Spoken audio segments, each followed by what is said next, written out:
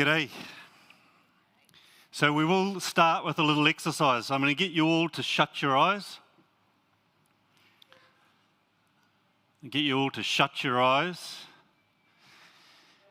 And for the next 1 minute, I don't want you to think. I just want you to shut your eyes and really focus in.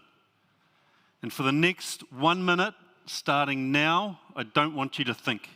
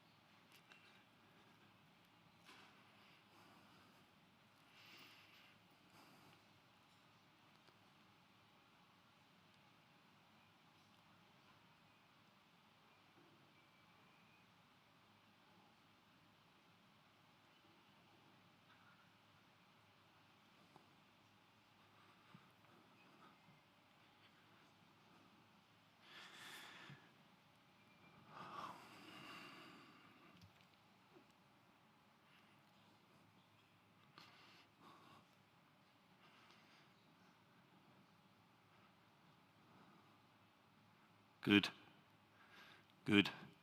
So, if you are using all of your willpower to stop your mind from wandering, to stop your thoughts, and your thoughts are taking on this little journey in your head and your mind is wandering, then who is really in control throughout the day? Because it's not you. It's this thing. And so this talk is about better controlling your psychological response to stress and how to get better focus and creativity and to be able to concentrate. What I used to do, I used to work as an intensive care paramedic for 12 years. I was based at Pitt Street up here for about 5 of those years. And this is a job that I went to out West Auckland. And this was at a winery. And these big aluminium planks that you can see went down to an auger, and the auger spins around and churns the grapes up. And this young fella was standing in there with 1 foot on either side of these aluminium planks, and he was hosing the auger as the auger went round to clean the auger. He slipped, and his arm went into the auger, and it degloved his arm. And in this picture here, you can see there's a tourniquet on his arm, and that is me. And my job, working as intensive care paramedic, was to respond in a jeep and get there before the ambulance arrived and to initiate care. My job was to also back up crews who had critically unwell patients on the way to hospital. And what I started noticing at a point in my career was that I was going to these jobs and I was getting cognitively overloaded. I couldn't focus, I couldn't concentrate, I had a few jobs that went bad, and it just sort of escalated from there. And I sort of realized at around that time that I didn't actually have the skills of stress. Didn't teach me it at school, 4 years at university, no talk of it, which is bizarre really. And so that started a deep exploration for me into better understanding how stress manifests physically and mentally. What I do now, I'm a human performance specialist. Do you know who gave me that title? Yeah, me. I own the business. I can call myself whatever I like, but I thought that was cool. I'm a human performance specialist. And this used to read, I teach athletes how stress and pressure affects them both physically and mentally. But what is an athlete? An athlete is someone who's specialized. Put your hand up if you're specialized. Everyone's hand should go up. If you've got a job, you're specialized. If you're a mum or a dad, you're specialized. So who is an athlete? Yeah, you're all athletes. If you're specialized, you're an athlete. So I teach people how stress and pressure affects them both physically and mentally, and then give them the skills to be able to leverage it to their advantage, to enhance performance rather than letting it put you off. Can everyone hear me at the back?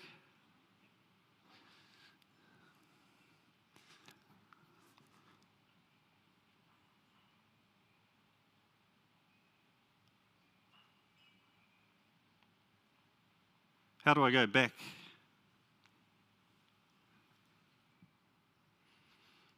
Guys in the tech booth, yeah, there. This picture here is in the pool, and that's our stress mitigation training. That is Israel, the UFC middleweight champ. And when he came to me to do the training, I said to him, what is it that you want to get out of this training? And he said he wanted to improve his mental game.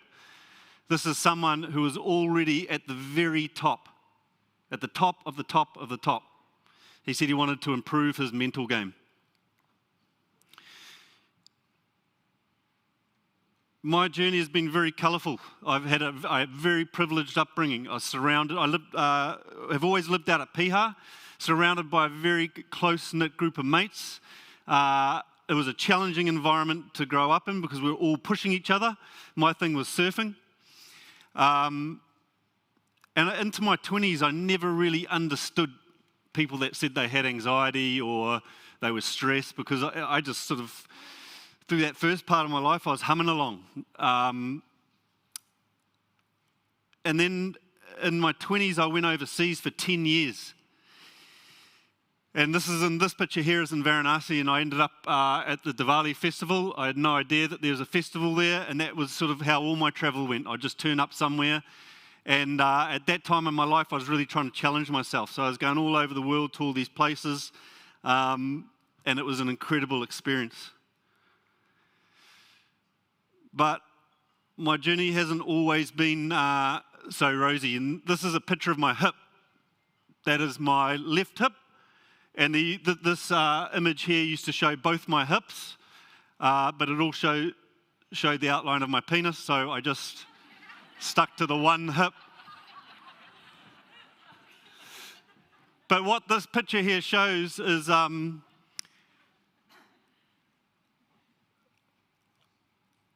these big bone spurs on the head of my femur.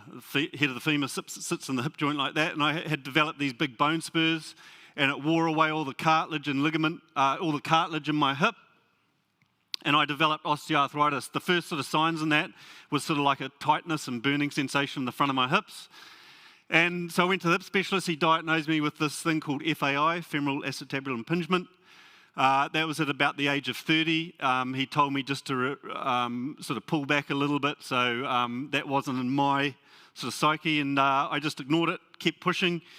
And about the age of 34, it started restricting my sleep, my movement. It started really affecting my mental health. And so I went back to the hip specialist, and he said, you need hip surgery. So I had bilateral hip arthroscopic surgery. He told me to stay out of the water for 8 months. I went back in at about 5, and I did the splits, and I tore apart the surgery. They put these anchors to reattach the labrums in your hip, and I tore it apart, went in for another surgery, and from there I developed chronic pain. And chronic pain has been the most challenging thing I've ever been confronted with in my life. And I've been through some gnarly shit, but chronic pain really floored me. And when I was in chronic pain, it lasted about 5 years. I was working night shift on the ambulance, and my mental health really suffered, and I got really desperate, starting to look for people to help me. And so I went to everyone. I went to the osteopath, the chiropractor, the physio, the muscular therapist. I saw all the best people in New Zealand. And once I'd been through all them, I started looking out on the peripheries, the weirdos. And I went through the cycle of trying to find someone to fix me for a good 4 to 5 years. At my lowest point, I got up in the middle of the night to go to the toilet about 3 o'clock in the morning, and I'd become very fragile in my own body. And I was walking to the toilet down the corridor, and I had my hand on the wall because I was worried about falling. I was about 36, 37. I got to the toilet, I sat down on the floor, and I started crying, just wallowing in my own misery, thinking to myself, I can't go on like this. There's got to be a way out of this pain, because it was starting to get a bit scary, you know. So I really was saying to myself, I can't put up with this anymore. And in that moment in the toilet, sitting down on the floor, wallowing away in my own misery, I said to myself, that's it. I'm going to solve this problem myself. I'm going to stop relying on other people. We need those people. But what we need more than that is to take our own health, physical and mental health, take control of our own physical and mental health. And so I decided that at that point. And so the next few years after that, I went deep into understanding nutrition, anti-inflammatory foods, deep into understanding meditation, sleep hygiene, strength and conditioning, what was going on in my hips, how it was affecting my breathing, how it was affecting my nervous system. And man, I went real deep. And I'd go deep into one thing and I'd get a bit better, and then I'd go deep into another thing, and then deep into another thing. I did that for years. And then I was like, fuck, I'm doing the same thing as I was doing before. Let's bring all of this stuff together. And that's why I named my business Integrated Training, because it has to be an integrated approach. And when I did that, I got better in leaps and bounds. And the biggest shift I made getting out of chronic pain, the single biggest shift, was when people asked me about my hips, I said, they're sweet, they're strong. No longer did I complain about them. I started doing meditation where I'd visualize my hips being strong. It was powerful. But the biggest shift was when people asked me, I said, my hips are sweet. I convinced myself. I do not have chronic pain anymore. I surf every day. I'm in the gym every day. My hips are strong. I still have significant osteoarthritis in there. The mind is an incredibly powerful thing. But what it really taught me was this mindset around radical ownership of your own health. If you are sitting in this room and you are not on a health journey, you are wasting your time. You are wasting your time here. I'm going to be doing that when I'm 80 years old. And I'll make sure of it, because I'm going to invest heavily into my physical and mental health now. I want you to think, if you had one car to last a lifetime. This is my Ford Escort panel van. I bought it in Cornwall in England, where I worked for 6 years on the beach over there. And I drove that thing down to the bottom of Morocco twice, took it all through Ireland, all through England, up to Scotland, and it was owned by a quadriplegic. And so it had these hydraulics on the back. You'd turn up, the back would lower down. We had this ramp that came out. It was like a transformer. When you go to sleep at night, you had to bring everything from the back into the front. Seats go down. You put this bit of wood in. And me and my mate, he's about 7 feet tall. We travelled in that right through Europe down to Morocco, and I knew everything about that car, and I loved it. And I really looked after it. Nothing ever went wrong with that car apart from when we got to Morocco. We could see the border and the petrol tank fell out. And there's a Spanish enclave in Morocco called Ceuta. And in the Lonely Planet, they're like, don't whatever you do, stop there. Well, we spent 3 days there down at the docks, waiting for our petrol tank to be fixed. Imagine if you had one car to last a lifetime. You'd know everything about the engine, you'd keep the tyres pumped up, you'd wax it, you'd polish it. Well, that's your body. And what I saw working in the ambulance service shocked me into action, and that is people that are stuck in their bodies for the last 20, 30, 40 years of their lives. And that is a terrible place to be.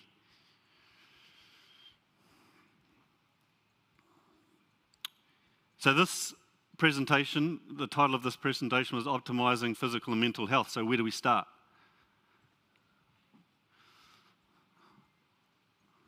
This word has a negative connotation in New Zealand. Mental health is just like your physical health. The two are connected. If you're not investing into your mental health every day, watch what happens. You've probably already experienced it. And we often hear it's all about the mental game. So, how much of performance is physical and how much of performance is mental? So, how much of performance is physical and how much is mental? Anyone give me some numbers?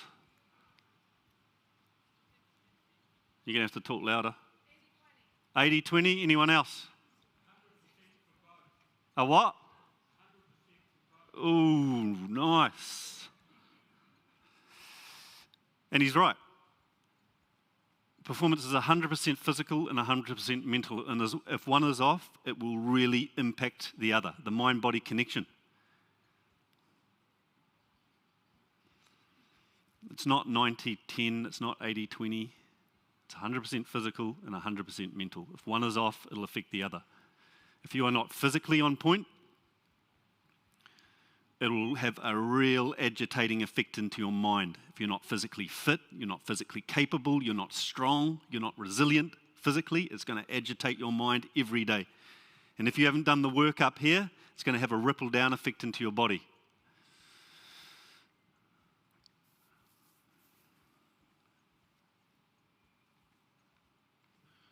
I'm standing right in the middle of the thing, aren't I?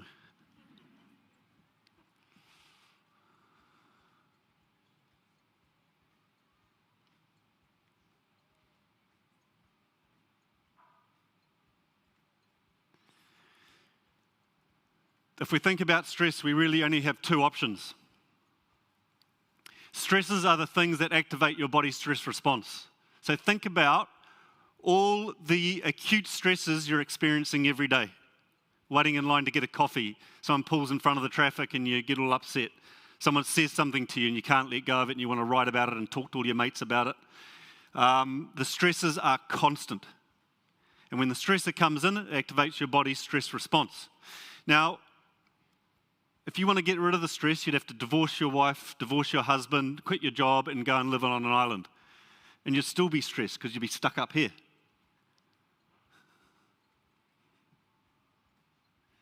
So what is really powerful is to be able to control your body and mind's response to stress.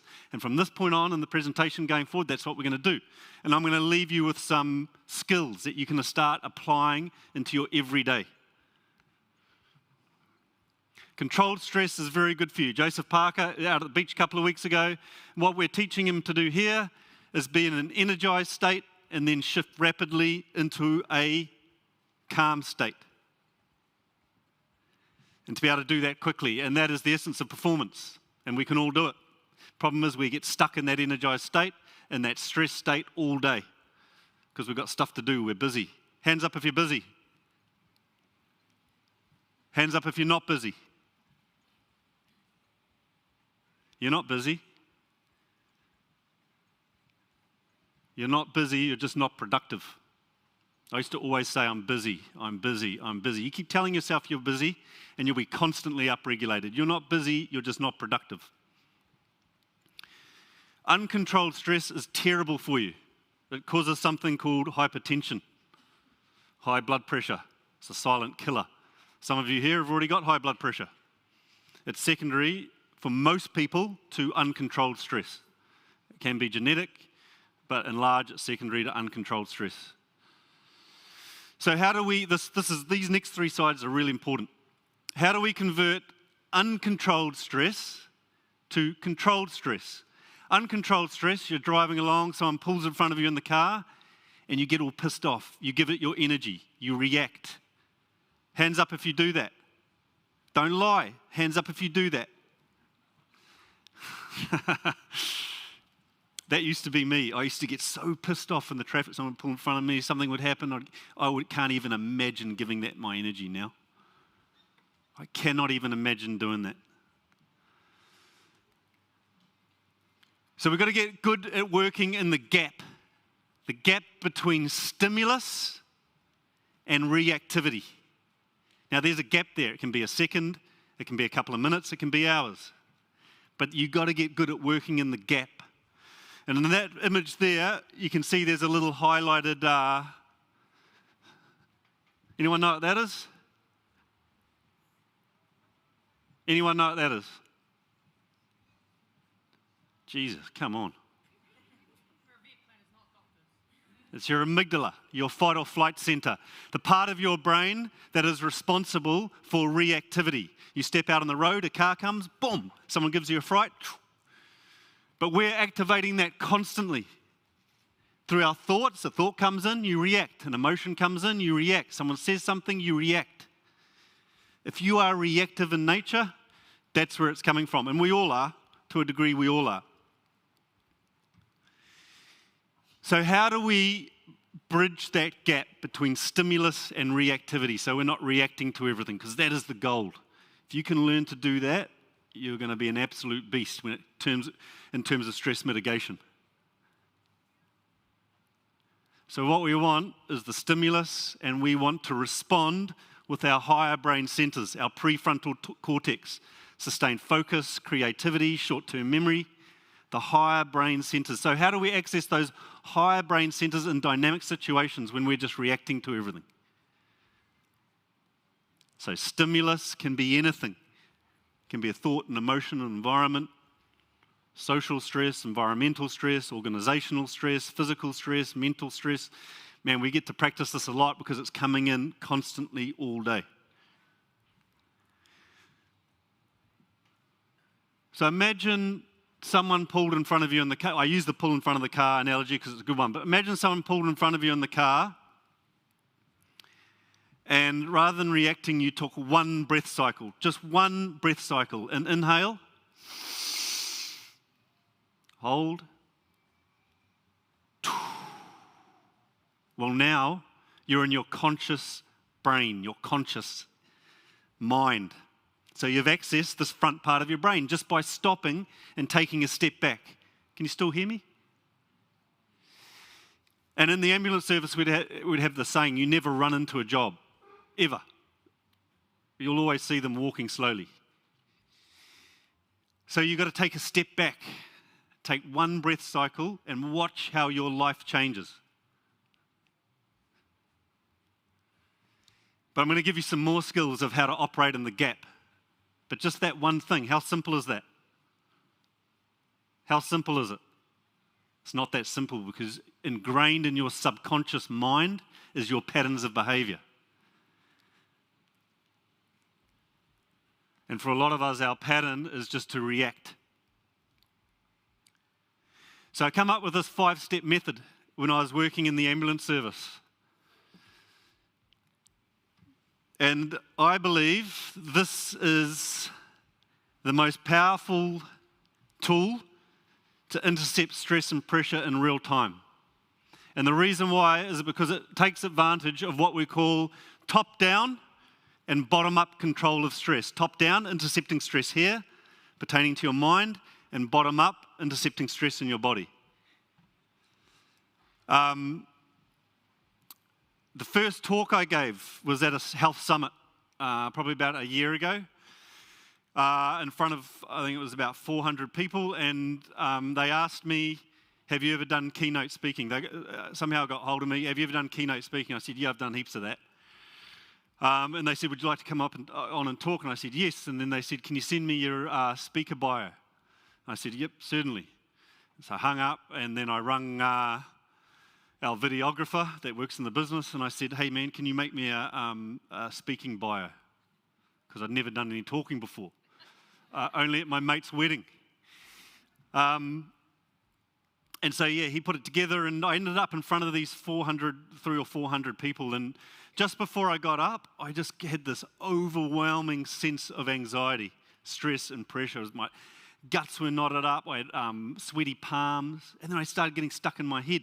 And the guy that talked before me was this scientist from Australia, and his presentation was immaculate. And so I started minimizing myself. I was like, man, this guy's presentation is so much better, he's so much smarter. And so I started going down that road. Before I knew it, I was really stressed. I started visualizing myself getting up, and it just gained a custard. So in that moment, I did 5 things. I embrace the stress. Now, what that means for me is I just imagine I grab it and I bring it all in. I go towards it. I go towards the stress, pressure, fear, apprehension, tension, because that's where all the good stuff in life happens. Being comfortable is great, but nothing good grows there. All the good stuff that you have ever achieved in your life is because you've been willing to be uncomfortable. So embrace the stress. But what if stress is bad? Well, normally you can't get rid of it. There's only 2 options: embrace it or keep pushing it away. But it's still going to be there, sitting right there, agitating you. So I embraced the stress, and then I started changing the language. Fuck, I'm Dave Wood from Piha. I'm going to get up there and I'm going to smash this talk. The story you tell yourself is everything. It has a ripple-down effect into every single cell in your body. But this is a good challenge. I like this feeling that I'm getting is just getting me pumped, ready for action. Changing the language intercepts stress here. It's the most powerful way we have to intercept stress here. Do you know what we tend to do when we're stuck in stress, and it starts chronic stress, overwhelm, and it starts manifesting in things like anxiety and depression and mental health? Do you know what we start doing? We start looking for convoluted solutions to simple problems. Start changing your language. If you're not doing that, nothing else will work. And I shifted my perspective. They're just people. We get very stuck in this sort of lens of looking at certain things, right? Our perspective of life. Don't go outside when it's raining. Tell your kids, put your shoes on before you go outside. I will never tell my kids that because we're not designed to wear shoes. So I shifted my perspective. That intercepted stress there. So I was starting to feel a lot calmer. Then I sat down. I literally sat down. I did 2 breath cycles. Inhale, hold. Exhale, relax. Everyone inhale now. Hold at the top. 3, 2, 1. Exhale, melt into your chair. Now go again. Inhale up to the top. Hold at the top. 3, 2, 1. Exhale, melt. You've just told your body to deactivate the stress response. You've just flushed some stress hormones out your body. But what you've most importantly done is you've switched off the amygdala and you've activated the higher brain centers because you've taken conscious control of your breathing, the most powerful way to intercept stress in real time. So I did that, and then I just did a body scan. Everyone do a body scan now. Start in your face. If you notice you're holding tension in your jaw, let it go. Shoulders, let it go. Who just noticed that they were holding tension in their jaw and shoulders? Put your hands up. Why is that? Why are you sitting here in a relaxed environment holding tension in your body? I'll tell you why, because you're busy. And if you're going to stay in a busy, your day is always busy and your head is always busy, you keep yourself in a constant fight, flight, or freeze. This is the freeze response. So if you're sitting there holding tension, it's your nervous system. And it's designed to activate you to move, to go into battle. Back in the day, it was to go into battle. But you don't need to go into battle, you're just sitting there. But you've got this adrenaline in your body, and adrenaline agitates you to move. So what are you going to do? You're going to hold this contraction in your body. I was doing that, and so I relaxed everything. That there took me about 10 seconds, and then I got up and I smashed the talk. Easy to go down one route, get more and more wound up, but it's very easy to apply these skills and start leveraging stress and pressure to your advantage. 5-step method.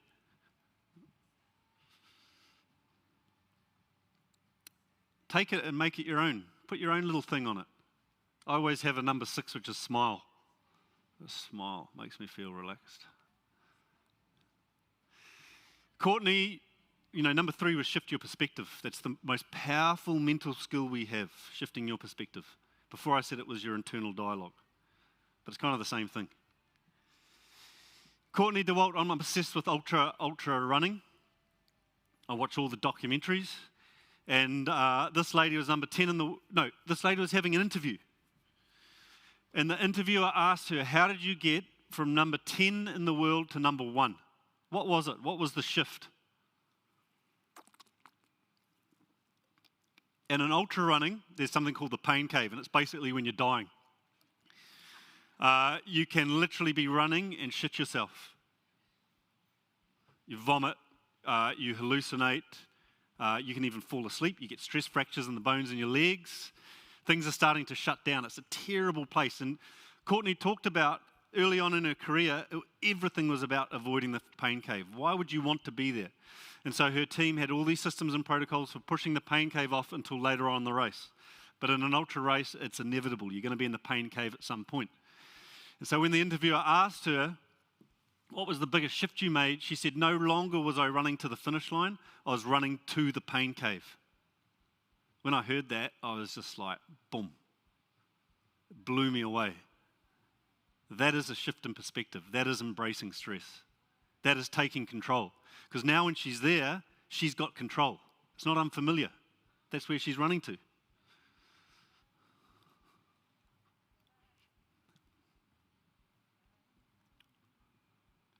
That is a mindset. So you are about to do what I believe is the most important thing there is for your mental game. So I want you to think for your business, all the systems and protocols you have in your business. Think about your household, all the systems and protocols you have. There's many, right? You cannot have a good business without a bunch of systems and protocols. Nowadays, there's too many. There's too much red tape bullshit. But you got to have systems and protocols. Do you have, this is a question for you, do you have a system and protocol for the most important thing you have, your mindset? Have you written out a clear and definitive plan? Yes or no? Well, just think about that for a moment. And so that's what we're going to do. That's me here. This is a Calm Under Pressure workshop, and these people have just gone through 2 days of stress mitigation, and we developed their mindset. And so they left with a very clear and definitive plan for their mindset. Take this exercise very seriously. It can change your life.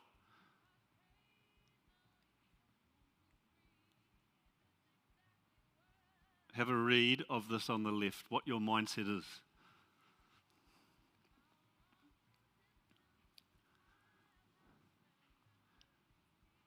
The rules and regulations you live by that dictate the way you respond to things. And what's very interesting is we live 90% of our lives in a subconscious state. Our subconscious is based on our practical experiences of the world, our values, our beliefs. Some of them are great. Some of them are holding you back. They are detrimental to health and performance. So with the mindset themes, I want you to identify your subconscious patterns of behavior, things that are holding you back, that have been ingrained in your patterns of behavior for 10, 15, 20 years. You can change them. So as humans, we have the ability to change. We just don't like change because it's confronting and it makes you vulnerable. So identify the pattern, change it with your mindset theme. Now, I'm going to give you your first one. This is one of my mindset themes. I have 6 of them. My mindset is I do not view thoughts as good or bad.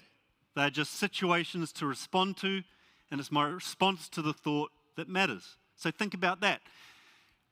We're in a day and age where everybody is telling you that you need to, everyone on social media is a mental health advocate now, right? They're all telling us you've got to have positive thoughts. No, you don't. I have all sorts of fucked up, weird thoughts come into my head all of the time. And what I used to do is I used to push them away or fight them. But now what I do is I embrace them, I bring them in, and I change the language. That's become a subconscious pattern for me. So it doesn't matter what the thought is, I'm no good, I'm not ready. I bring it in and I change the language. They're so powerful. Now you've got so many opportunities to practice this every day, hundreds of times. Now that ends up becoming a subconscious pattern. Growing up, I had an issue with anger. My anger was a form of anxiety. It was based on things that had happened to me growing up that I didn't have the skills to deal with. And so I'd be at the pub at 1 o'clock in the morning, 2 o'clock in the morning, and then I'd just want to fight. And I'm not very good at fighting. And so I was constantly getting beaten up. But it was just this anger, it would just come out. It's that whole thing of someone pulled in front of me in the car. The amount of times I had road rage altercations. Again, I can't even imagine that now. Why? Because my mindset is I remain calm and controlled no matter what. That has changed my life. So I identified the pattern, anger, reactivity. I flipped it 360 degrees, wrote it out. My mindset is I remain calm and controlled no matter what. You've got 2 minutes to come up with one mindset theme. And you better come up with it because I'm going to pick one person to come up and share it. It always starts with my mindset is.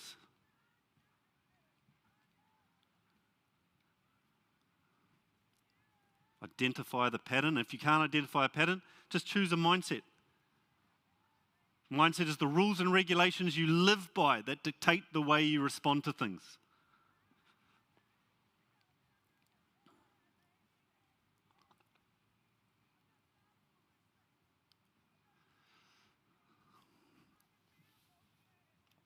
Think deep.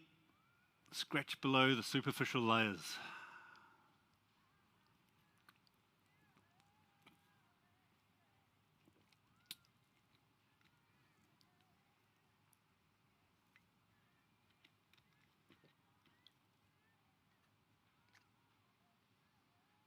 My mindset is.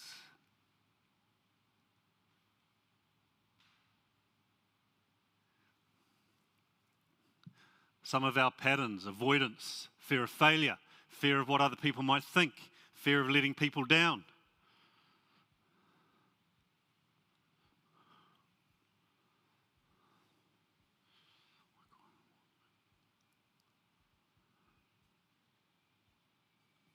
Okay, who would like to come up and share their mindset theme? And you have to come up and you have to stand up here with these lights shining in your face, and you have to talk in front of everyone. Who would like to come up and share their mindset theme?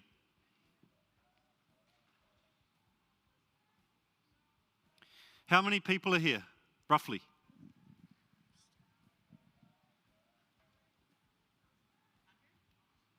Out of 100 people, there is not one person that can stand up, come to the front, up on the stage, and share their mindset theme. And do you know why? Because you're scared of failure. You're scared of letting people down, and you're scared of what other people might think. So there's someone in here that wants to get up, but they're holding back. So stand up and come up, because we don't go on with this presentation until someone comes up and delivers their mindset theme.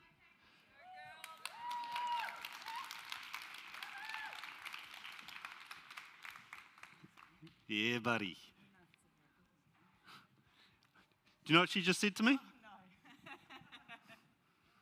Yeah, I said I don't know if it's a very good one though. Language. Yeah, I mean it's in progress. It's a mindset in progress. Okay, start with my mindset is, and hold it up to your mouth. My mindset is what I have right now is enough. Now, my mindset is what I have now is enough. Yeah. Now, that goes deeper than just those words, right? Mm-hmm. That goes deep. Those are just words. She's limited by her vocabulary like I am. But that goes very deep for you, doesn't it? Mm-hmm. Well done, man. Thank you. You're a bloody legend. One more thing. Why did you not want to come up? Because I had kind of thought around what my pattern of behaviour was. I wasn't quite sure how to articulate a mindset which reflected that. And so that where I was going round and round in my head trying to figure it out. Legend.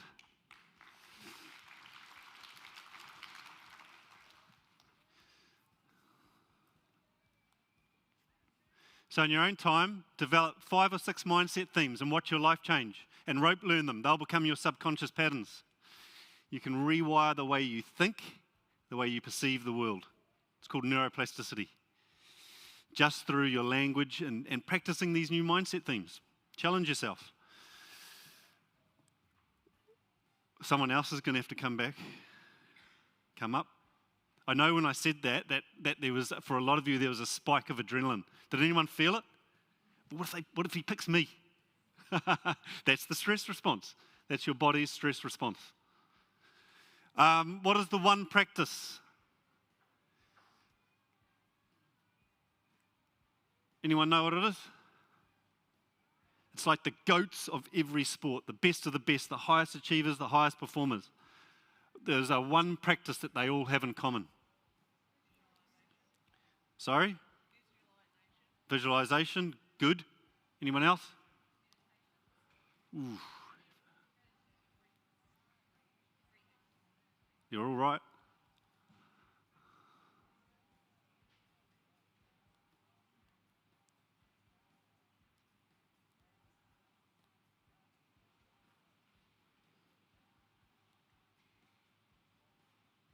Anyone know who this guy is? Kakara France. His fight's been cancelled because he got a concussion. And I spoke to him last night, and he told me it's not a setback. It's an obstacle. He told me it's not a setback, it's an obstacle. And so when you have a clear destination, what do you do with obstacles? You smash them out the way or you go around them.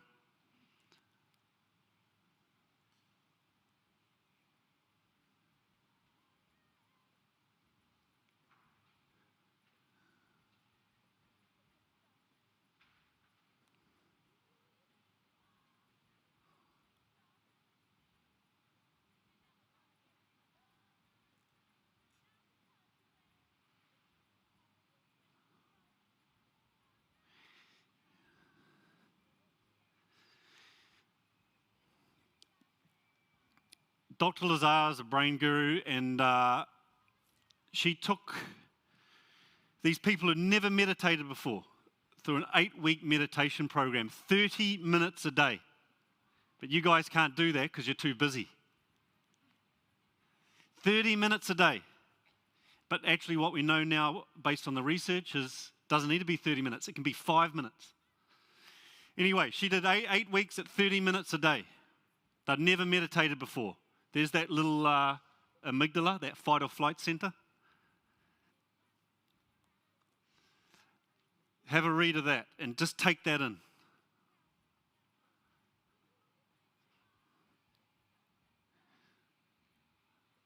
I've got 20 minutes, is that right? Yeah.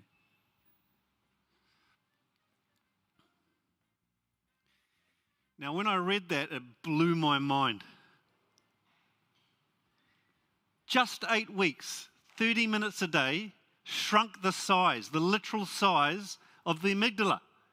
That part of your brain that's responsible for reacting to all the thoughts that are in here. To what people say, to the environment, to the social stress, the environmental stress, the physical stress, the mental stress. This little thing here, it shrunk in size.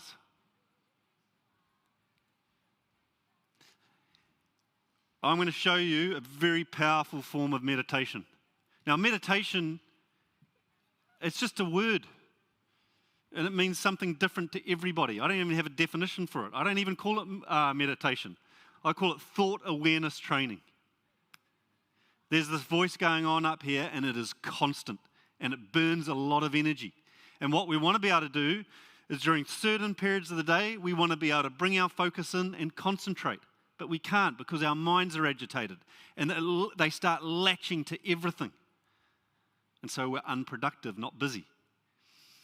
Meditation, we know based on gold standard research and science, is the most powerful tool we have to improve our focus, our concentration, our energy, emotional regulation, recovery. And it's so simple. I'm going to show you. So what I want you to do with this exercise, first of all, body scan, relax everything. Get rid of the tension. Now I'll explain what you're going to do. You're going to inhale slowly, and when you get to the top of the inhale, you're going to hold your breath. Okay, now, and when we get there, I'll give you the next cue. So on the count of 3, you're all going to inhale slowly in your own time. You're going to get to the top, and you're going to hold your breath. 3, 2, 1, inhale. When you're at the top, I want you to tap out and imagine you're going to sleep. You've got plenty of oxygen, you don't need to breathe. Now the first urge you get to breathe, I want you to drop it out, melt into your chair and go back into your next inhale. If there's no urge, just sit there and enjoy the stillness. Inhale to the top, hold, tap out.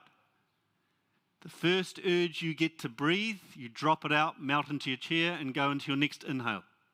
I want you to keep really focused on that pattern. Allow your mind to wander every now and then, bring it back. If you're doing that, you're meditating. Keep doing it. We're going to do it for 2 minutes. Inhale, hold, sit at the top, tap out, go to sleep. Enjoy the stillness. You're in your own little world. Exhale, melt into your chair. Now I'm going to be quiet so you can focus.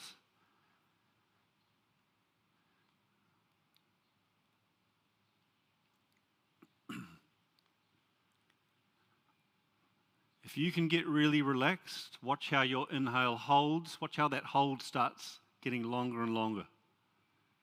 The key is in the exhale. Melt into your chair. Imagine you're letting all the stress go with the exhale.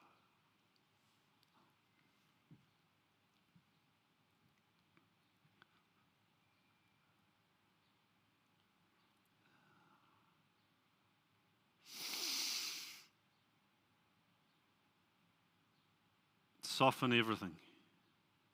Bring your focus in.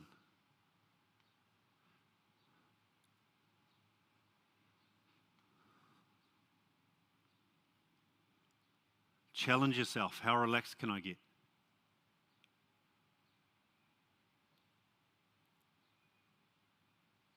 Notice when you exhale and you really let go of all of the tension, melt into your chair, how calming it is.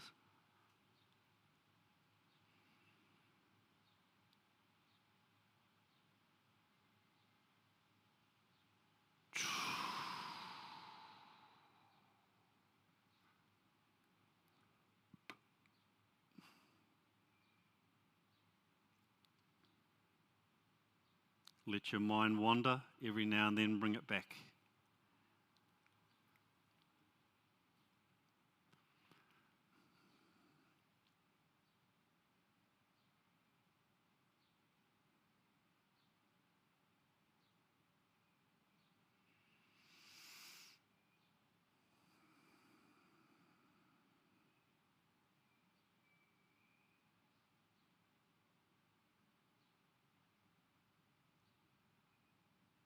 So for some of you, you may have got relaxed.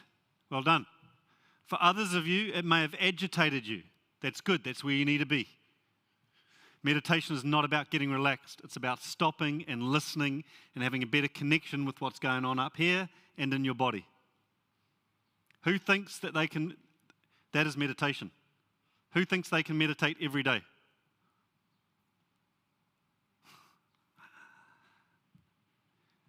Meditation is running the sand dunes. I do it every day. And when my mind latches to the end, I bring it back. That's training the front part of my brain. Meditation is I'm driving my car out to Piha and I say to myself, right, I'm just going to focus on that white line for the next kilometre. And I get about 200 metres down the road and my mind deviates off it and I bring it back. That's meditation. So you can get really good at it. You can get really good at sustaining focus. But not for those that are too busy.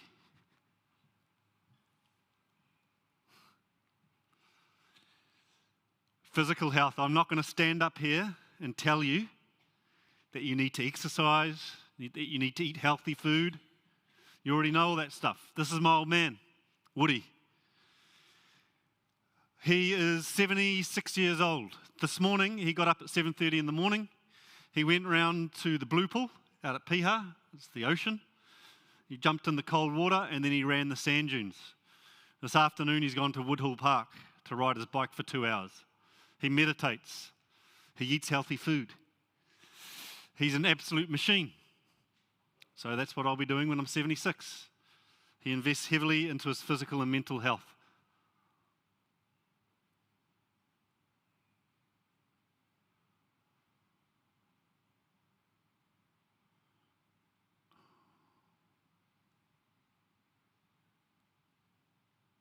This is Max. Max has given me permission to share this. He's a good man.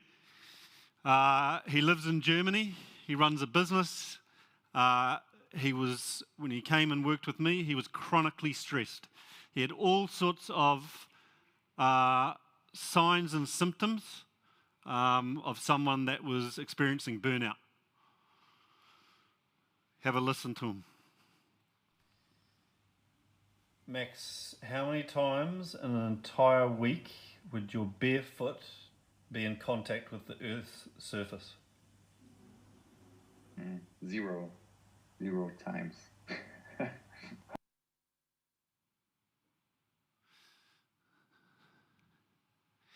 So what I told Max was, Max had been seeing a clinical psychologist for almost 4 years. And so the first thing I told him was that nothing will work. The drugs, the clinical psychologist, none of it will work until you are reconnecting with nature in a meaningful way. Why is that? Why will nothing else work? Because that's how we're designed. Every time you stand with your bare foot on the Earth's surface, it's like plugging your phone in. This is not hippie shit, trust me. This grounding stuff is not hippie shit. This is how we were intended. An entire week, his bare foot never touched the Earth's surface. He's chronically inflamed. Clear gold standard research that when we reconnect with nature, it calms our nervous system, puts us into a parasympathetic state. That's why it feels so good when you go camping or swimming in the ocean in winter. We avoid a lot of that stuff now because we're searching for comfort. Comfort in food, comfort in alcohol, comfort in drugs, comfort in all the bullshit. When all we need is right in front of us. This is Piha Beach on a winter's day.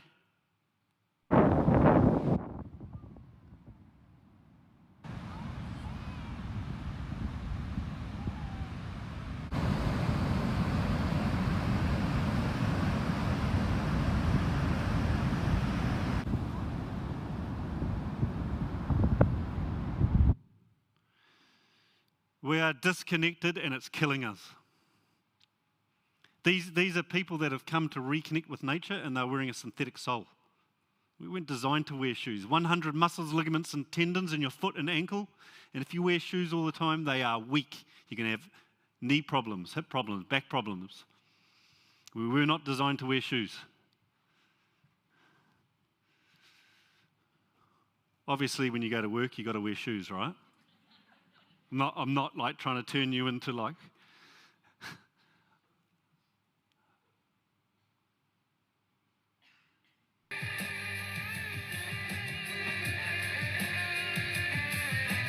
Some will die in hot pursuit and fiery auto crashes. Some will die in hot pursuit while sifting through my ashes. Some will fall in love with life and drink it from a fountain that is pouring like an avalanche coming down the mountain.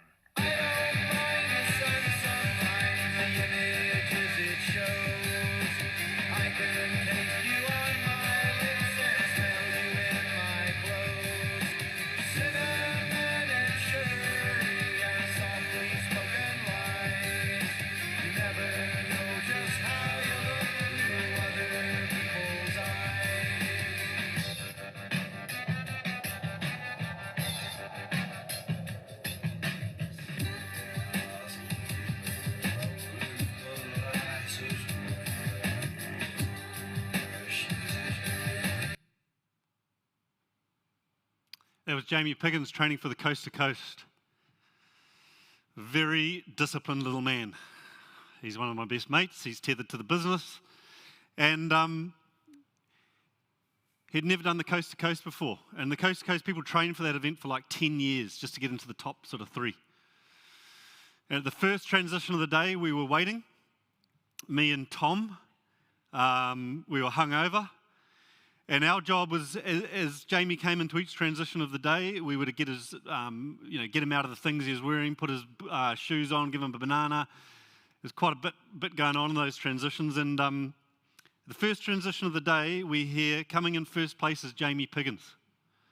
And so we rushed around and we were flapping around. He came in and we put his shoes on wrong and we were doing everything. We weren't ready. And even the guy on the microphone was like, "Who is Jamie Piggins?" Anyway, we got him off onto the next stage, which was the run. And I knew he would win the run. If we could get him into the run going first, I knew he'd come out first because that's his specialty, is running.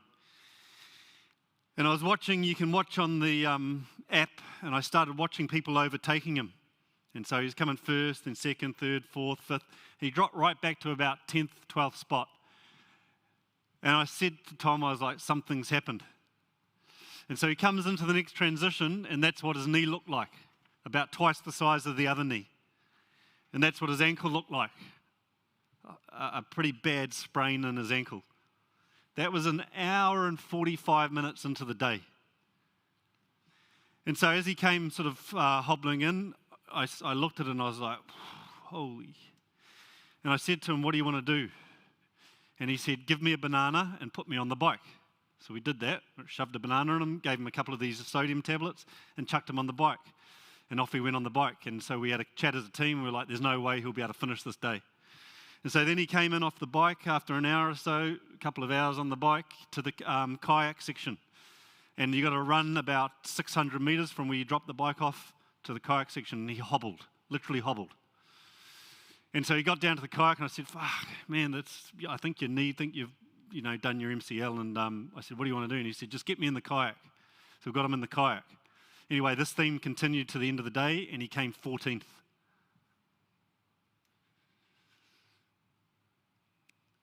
The definition of discipline is asking yourself what you want now versus what you actually want. What I want now is money. But what I actually want is sustainable growth, multiple sources of income. What I want now is to ram this food into my face, this toxic, shitty food. But what I actually want is to be healthy. Discipline is very difficult.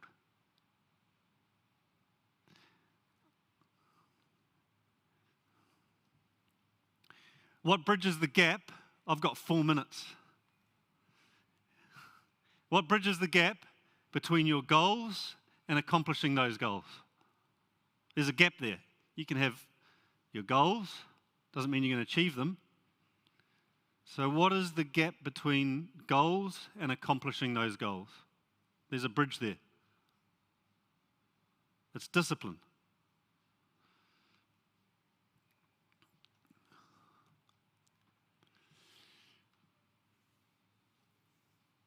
You know, you've just listened to me talk for 55, 56 minutes, and you're not going to remember everything I said. Some of you may not be interested, others, it's been really impactful for you. All I hope is that you go away from this talk and you realize you are demanding a lot of yourself, physically and mentally. You're demanding so much of yourselves. And unless you are really serious about investing back into your physical and mental health, you are going to be constantly heading towards burnout. And then you'll go again. You'll reset and you'll go again. You can get a lot of stuff done there in your busy lives. It's a pretty productive place, eh? And it's addictive. Stress is addictive, but it's not sustainable. And there's a much better way to do things. And you've got to keep it simple.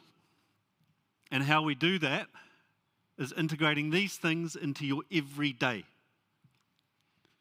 Nutrition. Actually, what we know based on clear research is that the two most powerful forms of mitigating stress in our lives is reconnecting with nature and social interaction.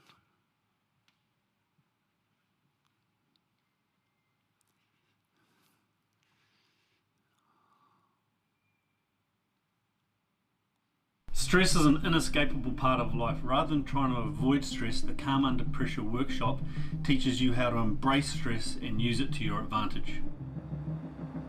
The 2-day Calm Under Pressure workshop will give you both the theory and practical skills to deal with stress. Once we learn to control our response to stress, it leads to better cognitive performance, improved focus, creativity, sleep and recovery. This is the same training we use for our elite level athletes, and its simplicity means anyone can take this knowledge and apply it to improve their life. I can already feel the difference and a paradigm shift on the way I think about breath work. I really enjoyed the step-by-step. So coming back to simple steps to take in order for you to get to a point where you can relax and feel calm under pressure. If you're thinking about it, just get in contact with Dave. He's a fantastic man, incredible knowledge, and I'm blown away by the structure of the workshop and how impactful it's been. Really happy. Would really recommend it. You will not regret it.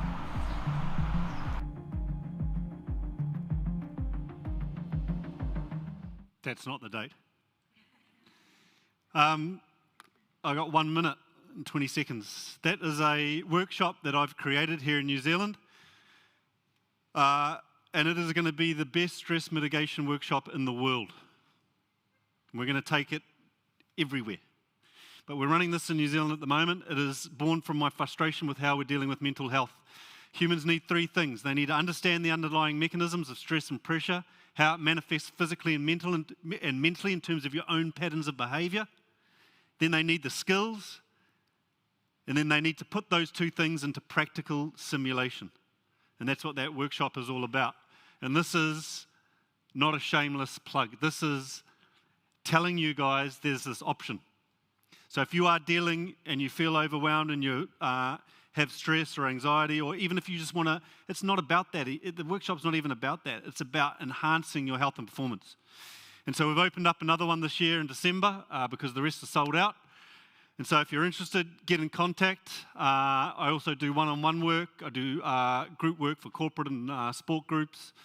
So yeah, reach out. Thank you very much for listening. I appreciate it.